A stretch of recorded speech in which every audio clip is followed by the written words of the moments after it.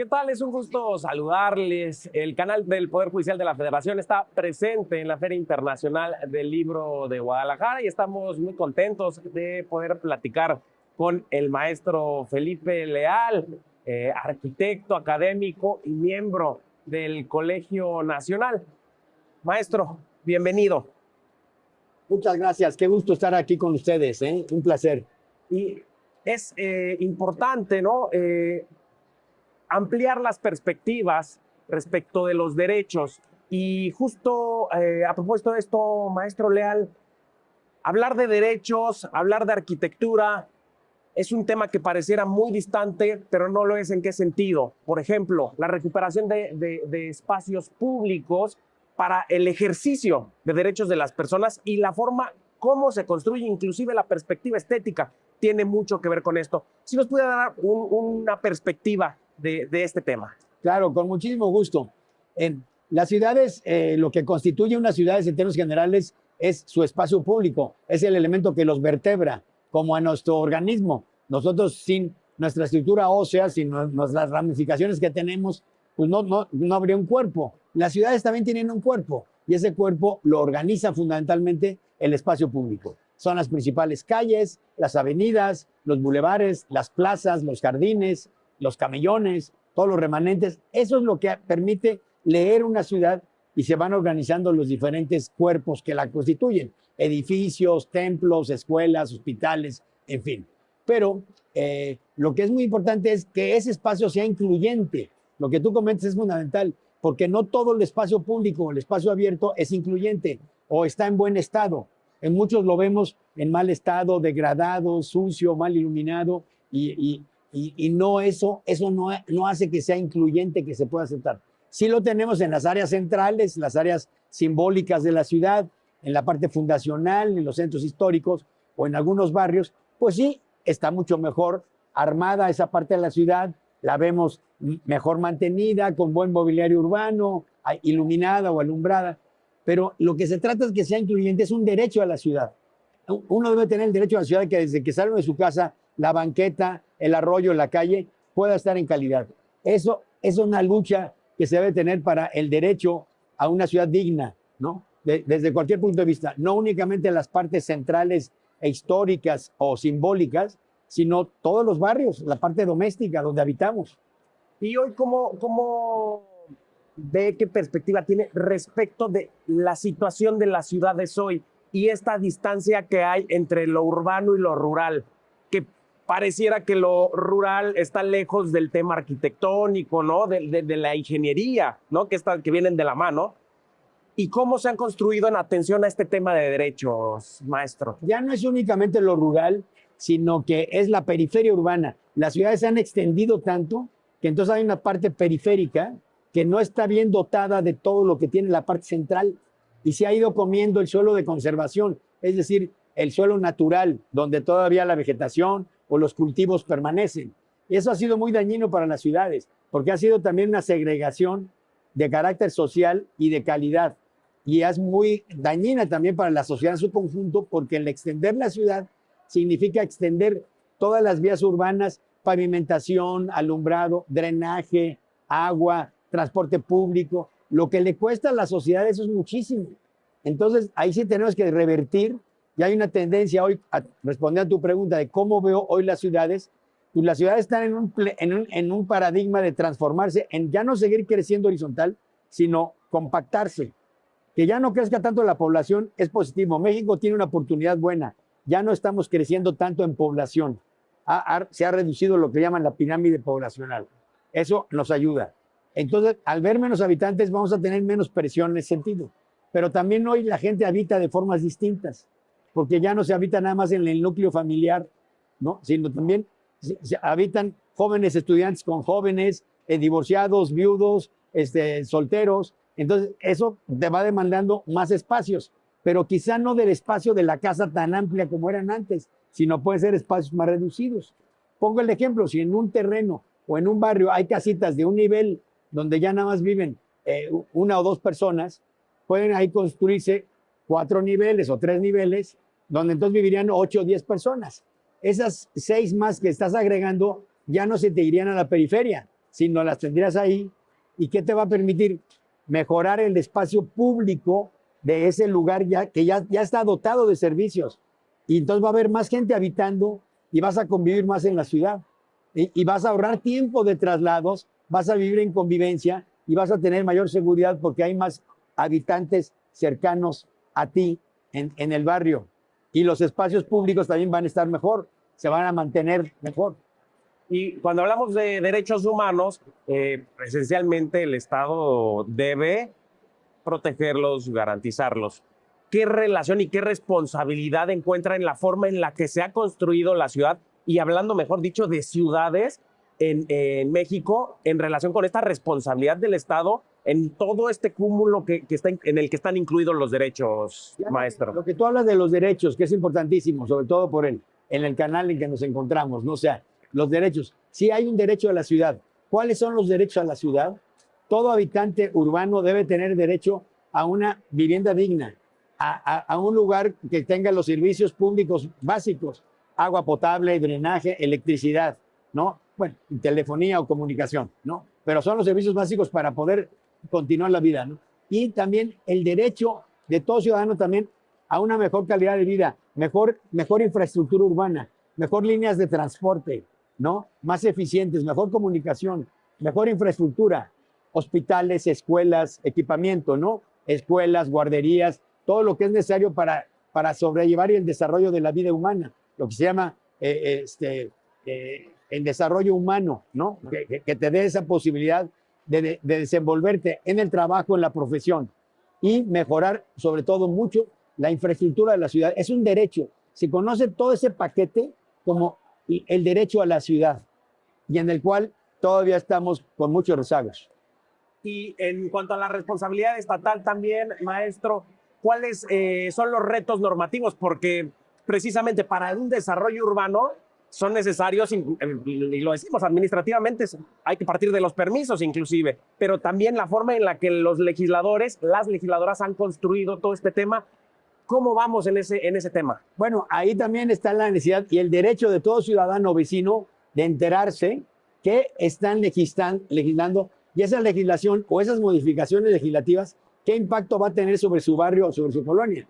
Por eso aquí sí es muy importante las uniones de vecinos o las uniones de las comunidades, porque ellos tienen derecho de opinar para saber si ese edificio conviene o no al conjunto de la sociedad. Ha habido mucha violentación en este caso de una serie de normas y elementos legislativos. Entonces, sí el ciudadano tiene que tener derecho a saber cuáles son los criterios del legislador para poder modificar una ley, establecer una norma. Y tiene el derecho también a la información. Ese es otro de los derechos. Que me informe cuál es el proceso y cómo voy, ¿sí me explico? A poder participar, lo que le llaman diseño participativo o todas estas cuestiones de participación ciudadana.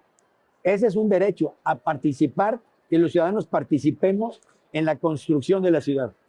Y ahora hablamos al principio del tema estético.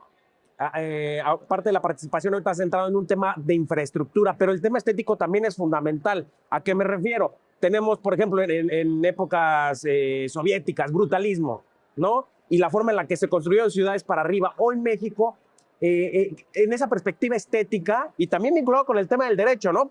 Por un tema de disfrute de la vida cotidiana. En ese sentido, ¿qué nos puede decir, maestro, sobre cómo se puede construir México y las rutas también para nuestro país? Bueno, hay toda una serie ahora ya de disposiciones internacionales que se habla del derecho al paisaje. El paisaje es un patrimonio. O sea, no únicamente el patrimonio es un edificio como la Catedral Metropolitana, el Ángel de la Independencia o el Hospicio Cabañas o el Monumento a la Revolución. No eso. Es patrimonio también el derecho al paisaje. Y el paisaje estamos hablando por el paisaje urbano, que no te hagan los espectaculares, que no te bloqueen la vista de los volcanes, de las montañas, de lo que tengas que ver. Es el derecho a la silueta del paisaje urbano. Esos son derechos ya también establecidos por las propias Naciones Unidas.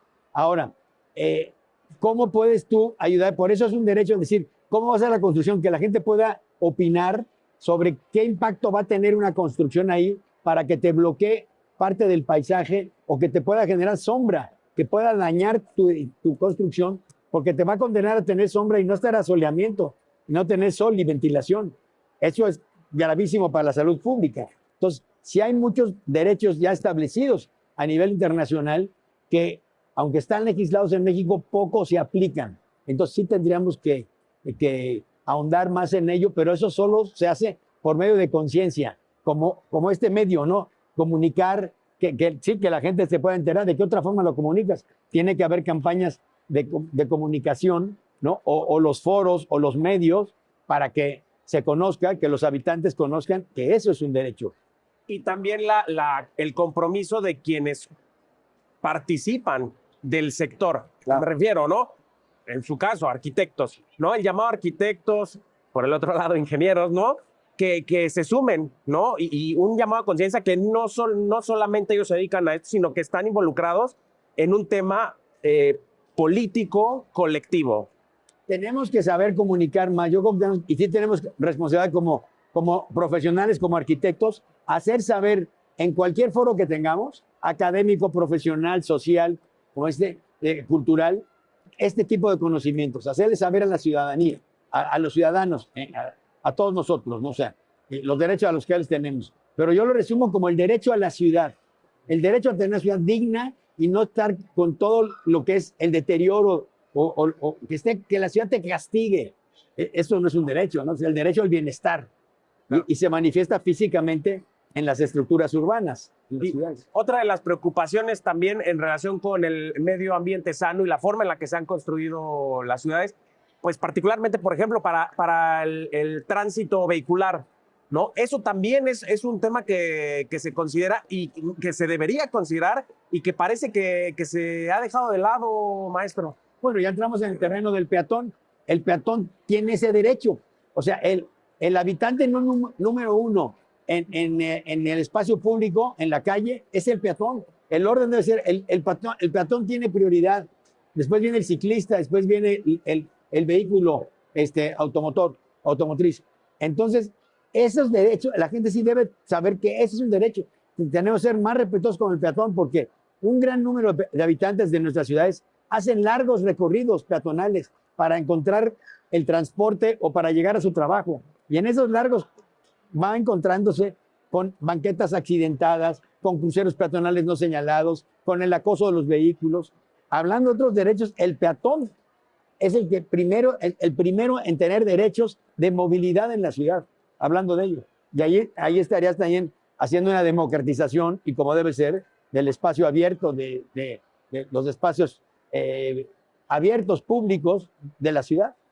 Y, maestro, ¿cuáles son los retos a corto plazo, ¿no?, para el desarrollo de este derecho a la ciudad y darle contenido a este derecho a la ciudad al que usted nos ha referido al corto plazo? Hay muchas acciones. Hay acciones que corresponden a la autoridad y las han ido haciendo paulatinamente. Todavía tenemos un rezago fuerte en México. Pero el marcar, por ejemplo, que las esquinas de las banquetas, eliminar las barreras físicas, que no tengas que subir un escalón. Porque mucha gente, discapacitados, personas con problemas de lesiones, ni menores o ancianos, personas mayores, pues que tengas el problema para subir un escalón. Entonces, que se desvanezcan las esquinas de las banquetas, que se marquen lo que se conoce como cebras peatonales, las cebras, todo lo que se marque, que se marquen muy bien todos los cruceros peatonales, que hayan en algunos puntos semáforos para peatones, ¿no? Y que también se aumenten los sistemas de movilidad alternativa, la bicicleta pública o el transporte compartido de vehículos, para evitar que no haya tantos automóviles, porque aunque los derechos aparecen en ello, sigue dominando el automóvil, ¿no? Y lo va a seguir dominando, nada más hay que ir normando para que pueda haber un equilibrio sano. Entonces, medidas como esas son medidas inmediatas. Balizar, es decir, marcar la mayor parte de las esquinas, desvanecer las banquetas en las esquinas, y un respeto y una cultura. Eso es lo que la autoridad hace en la parte física y de comunicación. Y lo demás, lo que la sociedad civil, en organizaciones no gubernamentales, académicas, profesionales, tenemos que difundir y hacer conscientes a los ciudadanos de esos derechos. Y maestro, en la participación en la Feria Internacional del Libro está esta obra, Felipe Leal, Conversaciones con Teodoro González de León. ¿Sí nos puede platicar de esta obra, maestro? Sí, mira, estoy presentando, vine aquí a la Feria del Libro a presentar este libro, que es Conversaciones con Teodoro González de León. Está publicado por el Colegio Nacional. en una serie que se llama Opúsculo. Son los libros de bolsillo muy cómodos, se los puedes guardar, los puedes leer en un trayecto de metro, de automóvil, de descanso, en un avión, en fin, ¿no? Son lecturas muy rápidas, muy ágiles, pero este texto es una conversación, son conversaciones con Teodoro González de León, quien fue un gran arquitecto mexicano en lo que realizó obras señeras y con el cual yo tuve una cercanía. Él fue miembro del Colegio Nacional, yo ahora lo soy, y casi como un tributo a quien me antecedió en ello, es registrar una serie de conversaciones que mantuve con él sobre temas fascinantes del arte, de la arquitectura y de la ciudad, que eran los temas que él abordaba. Entonces está en una forma como de entrevista, yo le pregunto, él responde, yo amplío la respuesta o polemizo o lo provoco, él contesta siempre con una gran sabiduría. Y es este libro que es un libro muy breve, son 4 conversaciones y es como si lo estuviéramos escuchando a él, porque hay mucha literatura y obras y libros sobre la obra de Teodoro González de León, pero hablan de su obra, definen, esta obra hizo esto, el Auditorio Nacional hizo esto, lo otro hizo lo otro, las embajadas, pero no hablan del personaje. Y aquí tú escuchas al personaje. Aquí él es el que te habla de sus preocupaciones estéticas y humanas. Y lo platicábamos antes de empezar esta grabación, maestro, la importancia también de destacar y girar la vista a los arquitectos mexicanos, al trabajo que realizan miles de artistas, de creadores de nuestro país, y desde luego voltear a ver a los arquitectos mexicanos es parte fundamental de todo lo que hemos hablado previamente, ¿no, maestro? Pues es una invitación a acercarse a la arquitectura. Yo creo que más se pueda conocer de arquitectura, mejor arquitectura vamos a tener, siendo consecuente con lo que decía antes. Si la gente está más opinada, tiene opinión y si está enterada, podrá decir, oiga, eso no está bien, ese edificio puede ser de otra forma, o por qué está ubicado ahí, no corresponde. Entonces yo creo que tenemos que saber más de arquitectura. Como se sabe de literatura, este es un foro literario enorme y científico también y humanístico, pero sabemos de literatura, sabemos de cine, de música, hay un conocimiento mayor de esas disciplinas. De arquitectura no se conoce lo suficiente en nuestro país y deberíamos de impulsarlo. Qué bueno estar aquí en la Feria Internacional del Libro porque está la arquitectura siempre presente, se presentan libros de arquitectura, se discute sobre arquitectura y se difunde. Entonces, yo creo que tenemos que difundir más este pensamiento y nos va a ayudar a tener mejores ciudades y ciudadanos con mayor dignidad. Maestro, y en este sentido, para abonar a la reflexión, ¿en qué circunstancias se encuentra la arquitectura mexicana?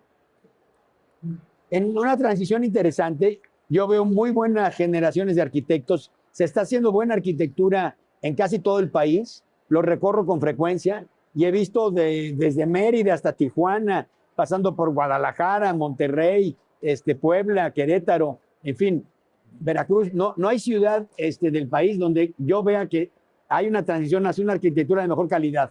Hay hay varias generaciones ahora de arquitectos ya maduros y más jóvenes con una gran calidad y sensibilidad por estos temas que estamos tratando. Y también veo que hay ya políticas públicas en algunas ciudades, Guadalajara la está teniendo Monterrey, la tiene Querétaro, Mérida, en donde están ya preocupados por estos temas, en cual la voz de los arquitectos y la voz de una conciencia urbana más importante se está viendo. Yo creo que vamos a una transición interesante. Y maestro, para ir cerrando esta entrevista, también participa en Miradas a la Justicia desde el Colegio Nacional, que transmitimos aquí en el canal del Poder Judicial de la Federación. Hacer una invitación a que lo vean. ¿Qué puede esperar las personas que siguen este programa para continuar, ¿no?, con estas reflexiones? Bueno, ahí hablo sobre todo, me pregunta sobre los espacios para la justicia. Y los espacios para la justicia, pues lamentablemente no se encuentran en las mejores condiciones, ¿no?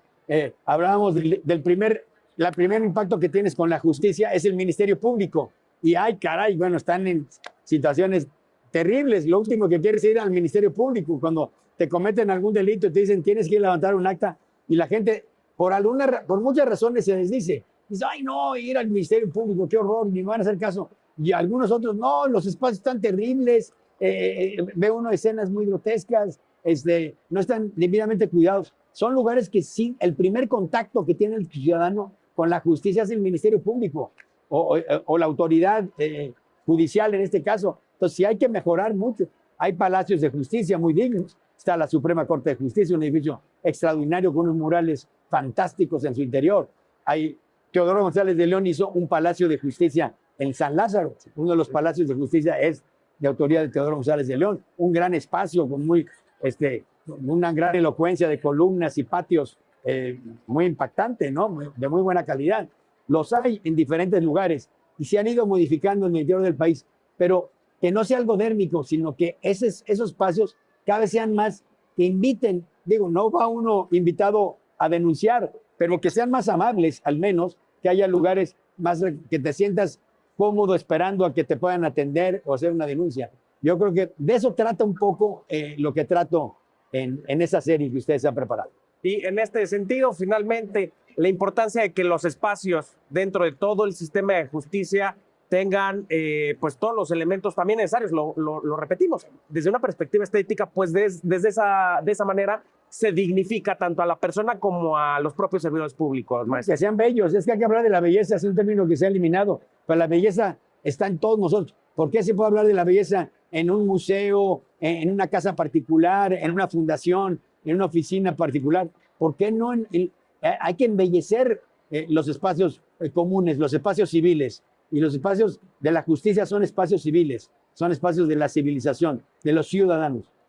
Maestro, le quiero agradecer mucho por estos minutos, ha sido un placer y desde luego con unas reflexiones importantes. Y bueno, los invitamos también a que sigan esta serie de entrevistas, este espacio del canal del Poder Judicial de la Federación, Miradas a la Justicia desde el Colegio Nacional. Maestro, muchísimas gracias. Muchas gracias a ti. Muchas gracias. Sigan la transmisión del canal del Poder Judicial de la Federación.